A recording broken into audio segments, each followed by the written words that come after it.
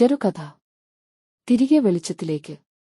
ആ പഴയ സ്കൂൾ മൈതാനത്ത് അപ്പുവും മനുവും എന്നും തോളിൽ കൈയിട്ടാണ് നടക്കാറുണ്ടായിരുന്നത്. പഠനത്തിലും കായികരംഗത്തും മുൻപന്തിയിലായിരുന്ന ആ കൂട്ടുകെട്ട് ഗ്രാമത്തിന് തന്നെ പ്രിയപ്പെട്ടതായിരുന്നു. എന്നാൽ പ്ലസ് 2 കഴിഞ്ഞതോടെ ആ സൗഹൃദത്തിന്റെ നിറം മാറിത്തുടങ്ങി.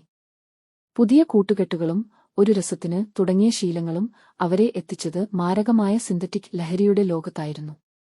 തുടക്കത്തിൽ ഉന്മേഷം തോന്നിച്ച ലഹരി പതിയെ അവരുടെ ചിന്തകളെയും വികാരങ്ങളെയും വിഴുങ്ങാൻ തുടങ്ങി. ഇരുൾ മൂടിയ നാളുകൾ. മാസങ്ങൾ കടന്നുപോയപ്പോൾ അപ്പുവും മനുവും തിരിച്ചറിയാൻ കഴിയാത്ത വിധം മാറിപ്പോയിരുന്നു. അവരുടെ കണ്ണുകളിൽ ഒരുതരം ശൂന്യത പടർന്നു. ഭക്ഷണം കഴിക്കാനോ കുളിക്കാനോ അവർക്ക് താൽപര്യമില്ലാതായി. രാത്രികാലങ്ങളിൽ കാടുപിടിച്ചു കിടക്കുന്ന പറമ്പുകളിൽ ഇരുന്ന് അവർ ഇല്ലാത്ത രൂപങ്ങളോട് സംസാരിക്കാൻ തുടങ്ങി. നാട്ടുകാർ അവരെ ഭയത്തോടെ നോക്കി. ആ പാവങ്ങൾക്ക് ഭ്രാന്തായല്ലോ എന്ന് അവർ പരസ്പരം പറഞ്ഞു. ലഹരിയുടെ ആധിക്യത്തിൽ അവർ പരസ്പരം കലഹിക്കാനും വഴിപോക്കരെ ഉപദ്രവിക്കാനും തുടങ്ങിയതോടെ നാട് അവരെ ഒറ്റപ്പെടുത്തി. സ്വന്തം വീട്ടുകാർ പോലും നിസ്സഹായരായി കൈയൊഴിഞ്ഞ അവസ്ഥ. മാധവൻ മാഷിന്റെ ഇടപെടൽ. ഒരു വൈകുന്നേരം ടൗണിലെ ബസ് സ്റ്റാൻഡിന് സമീപം അഴുക്കുപുരണ്ട വസ്ത്രങ്ങളുമായി ഭ്രാന്തമായ ആവേശത്തിൽ ആക്രോശിക്കുന്ന അവരെ മാധവൻ മാഷ് കണ്ടു. അവരുടെ പഴയ പ്രിയപ്പെട്ട അധ്യാപകൻ. മാഷിന്റെ കണ്ണുകൾ നിറഞ്ഞു.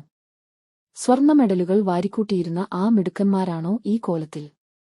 മറ്റുള്ളവർ അവരെ തല്ലിയോടിക്കാൻ നോക്കിയപ്പോൾ മാഷ് അവർക്ക് മുന്നിൽ ഒരു മതിൽ പോലെ നിന്നു. മാഷ് അവരെ പേരെടുത്തു വിളിച്ചു.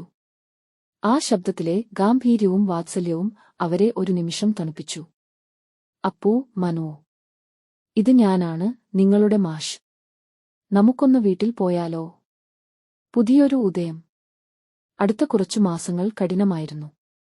മാധവൻ മാഷ് മുൻകൈ എടുത്ത് അവരെ മികച്ചൊരു റീഹാബിലിറ്റേഷൻ സെന്ററിൽ എത്തിച്ചു. ആദ്യമൊക്കെ അവർ അക്രമാസക്തരായി. പക്ഷേ മാഷ് അവരെ ഉപേക്ഷിച്ചില്ല. ഇടയ്ക്കിടെ അവരെ സന്ദർശിച്ചു, അവർക്ക് പ്രിയപ്പെട്ട പുസ്തകങ്ങൾ വായിച്ചു കേൾപ്പിച്ചു, ജീവിതത്തിന്റെ മനോഹാരിതയെക്കുറിച്ച് സംസാരിച്ചു. ചികിത്സയും മാഷിന്റെ സ്നേഹപൂർണമായ കരുതലും ഫലം കണ്ടു തുടങ്ങി. മരുന്നുകളുടെ സഹായത്തോടെ ലഹരിയുടെ പുകമറ അവരുടെ തലച്ചോറിൽ നിന്ന് പതിയെ നീങ്ങിത്തുടങ്ങി. തങ്ങൾ തകർത്തു കളഞ്ഞ മാസങ്ങളെക്കുറിച്ച് ഓർത്ത് അവർ പൊട്ടിക്കരഞ്ഞു. ഉപസംഹാരം. ഒരു വർഷത്തിനുശേഷം അതേ സ്കൂൾ മൈതാനത്ത് അപ്പുവും മനുവും മാധവൻ മാഷിനൊപ്പം നിന്നു. ഇത്തവണ അവരുടെ കയ്യിൽ ലഹരിയോ ഭ്രാന്തമായ ചിന്തകളോ ഉണ്ടായിരുന്നില്ല, മറിച്ച് ജീവിതത്തിലേക്ക് മടങ്ങി വന്നതിന്റെ ആത്മവിശ്വാസമായിരുന്നു. ലഹരിയല്ല, ജീവിതമാണ് ഏറ്റവും വലിയ ലഹരി എന്ന് അവർ ഇന്ന് ലോകത്തോട് വിളിച്ചു പറയുന്നു. അവരെ കൈപിടിച്ചുയർത്തിയ ആ വലിയ മനുഷ്യൻ മാധവൻ മാഷ് പുഞ്ചിരിയോടെ അവർക്ക് പിന്നിൽ നിന്നു.